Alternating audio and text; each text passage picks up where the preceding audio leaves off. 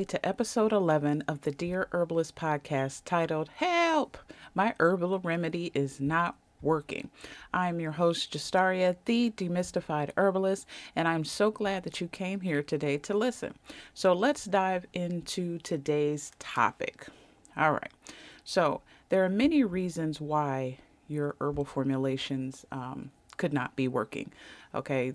I mean, there's several different reasons, but I'm going to try to tap into a few reasons today to kind of help you, give you kind of like a start, okay, to where you should be looking when you're looking to, create your formulations or to recommend them to other people or to use them for yourself or your family.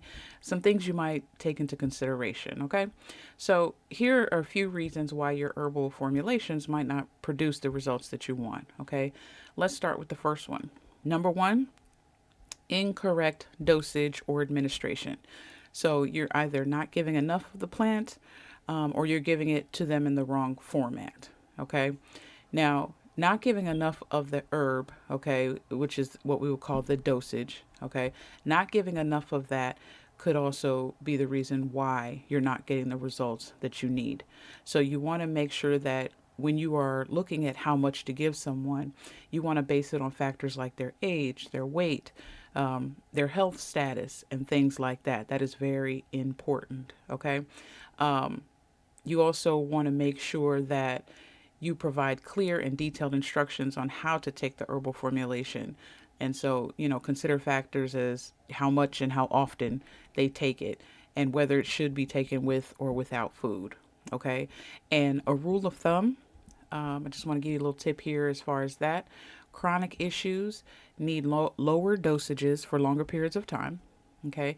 And acute issues need higher dosages for shorter periods of time. So keep that in mind. Another issue is not providing it in the correct format. So some health issues that you might be dealing with, it may be better to administer the herbs in a tincture form for faster absorption rather than, let's say, a pill form. So if you're trying to aggressively attack something, or it could be a medicinal wine, so there's many different formats that you can put the herb in order to be able to address the issue. But if you find that it's not working for you, then I would look at, do I have the correct dosage? Have I taken in consideration the age and the weight and the health status of the person I'm talking to? And is it given in the correct format? Okay. Another issue is the quality and the purity of your herbs. Okay, so low quality herbs, meaning they've probably been sitting on the shelves for months or even years. Okay, they're not going to have the necessary therapeutic compounds, right, which will lower your formula's ability to be able to work. So make sure that you are sourcing herbs from reputable suppliers who have quality standards.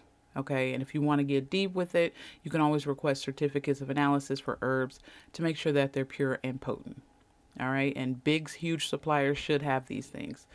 And you also want to make sure that, let's say you just recommend different herbs and things like that for people, you may not be the one purchasing them. Then you want to talk to your client and say, hey, make sure that you're getting high quality herbs. This is how you know. And, have a list ready of some trustworthy herbal suppliers. Because a lot of people will ask you, well, where do I get my herbs from? Where do I get my herbs from? Because to be honest, in some places you're just using grass. You know what I'm saying? Rather than an actual potent herb, and the medicine is in the chemicals of the plants. And so, if the purity of the herb is not there, that could be another reason why your herbal formulation is not working. All right.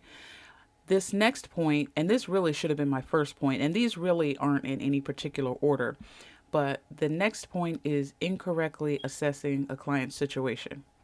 Okay. Now, we don't use the D word around here. It's a red word, and we'll talk about what red words are later. D word is diagnosis. We don't talk about that because herbalists, we do not diagnose. Those are red zone words. If you're using that in any of your materials, any of your advertisements, any of your packaging, please get that word off of there. All right. You don't want to get sued. Like I said, I won't go too deep into that now because that is going to be a future podcast about red zone words. So I'm not going to say diagnosis because we do not diagnose anyone. All right. But we assess a client's situation, or we assess our own situation. All right. And so if you misassess, let's use that word, the client's situation, right, then your formulation is going to be off. Okay. And when we are looking at someone's health, we always go to the root of the issue. We don't just focus on the symptoms. The symptoms are like a map to kind of help us understand what the body is doing. And it's another breadcrumb to get us closer to the answer of what actually is going on in the body. So every single assessment, okay, that you make, you should have documented the root cause of the issue and address that. All right. But if you don't, and oftentimes people don't do this, they just look at the symptoms and they're just focusing on, okay, let's just, get rid of the cough. Let's just dry up the mucus. These other type of things, rather than addressing, maybe there's something lodged in the person's throat. Maybe there's inflammation there that needs to be dealt with. Those type of issues. Okay. So always look at the root of the issue, because if you don't, and you just say, okay, I'll just deal with the symptoms, then the client will never get better. And you're like, well, what's going on? Why is this not working? I gave them this particular herb and that particular herb. And it's like, well, you're only dealing with the surface level and not underneath. If you only deal with the surface level and not get to the root of the issue will continue to happen. And it will come back and it will come back. And the client will come to you and be like, hey, I tried this and that and it didn't work. What's going on? And, So you want to make sure that, get a health history on the person. There's nothing wrong with asking the person, are you on any other type of medications? Have you ever had any of these type of diagnosis? Again, asking, not you diagnosing, right? You just want to have enough information to be able to look at the client's situation and their condition to be able to make a well-rounded, decision. You also want to look at the person's constitution. Okay. You want to look at the nature of the illness and what the symptoms are saying. Okay. Like I said before. And once you have all that information, then you can tailor your herbal formulations based on that person's individual needs and health conditions. And you can kind of monitor them throughout this time to determine like, okay, this is actually working. It's not, that kind of stuff. Another often overlooked issue as to why your plants or your herbs might not be working is absorption issues. Now, I did a post about this on Facebook a couple months ago because it's often overlooked. Okay, so how your body digests the plants and how the body is able to, in your gut, take in the plants, right, their chemical properties and the compounds, and how that is able to interact with your system. So oftentimes, if there are digestive issues, let's say that, they may have a leaky gut, or let's say they may have parasites and things like that, these things tend to impact the body's ability to be able to absorb, the plant medicines that are being put in the gut. So you want to look at your formula, modify it if necessary, and try to use, some different herbs with higher bioavailability, meaning that the body is able to recognize it, understand what to do with it, and use it within the body. Okay. And then also another thing is explore different delivery methods. So maybe try, using your herbal formulation in a tincture form or tea form to optimize its absorption. Okay. Like I said, tinctures tend to get to the bloodstream pretty quickly. So you want to look at using that, especially for more acute issues. Okay. All right. Which is like sudden onset issues. I don't want to use new words if people may not understand it, but chronic is more long-term issues. So that's like your arthritises, your osteoarthritis, those type of things. Acute issues is like your common colds, coughs, that kind of stuff. Let's look at some of these different delivery methods really quickly. So tinctures. Now, tinctures are liquid extracts of herbs typically made with alcohol or like this sweet, they call it glycerin. Okay. They offer fast absorption as the active properties are quickly extracted into whatever liquid the plants are placed in. Okay. And so tinctures can be convenient, especially for those people that, just want to put a few drops under their tongue and keep it moving. Because tinctures tend to be made with alcohol, so you want to be careful in terms of giving it to children or people that may struggle with alcohol addiction. Glycerin may be a better alternative, or even vinegar, okay, for those type of people.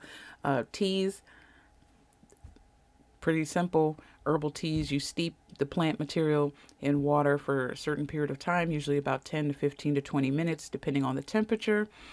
And this is a gentle and traditional method that allows, the water, the warm water, to extract the plant properties from the plant. The cons of them, though, let me just say that, is that the teas might not extract certain properties that are less soluble in water.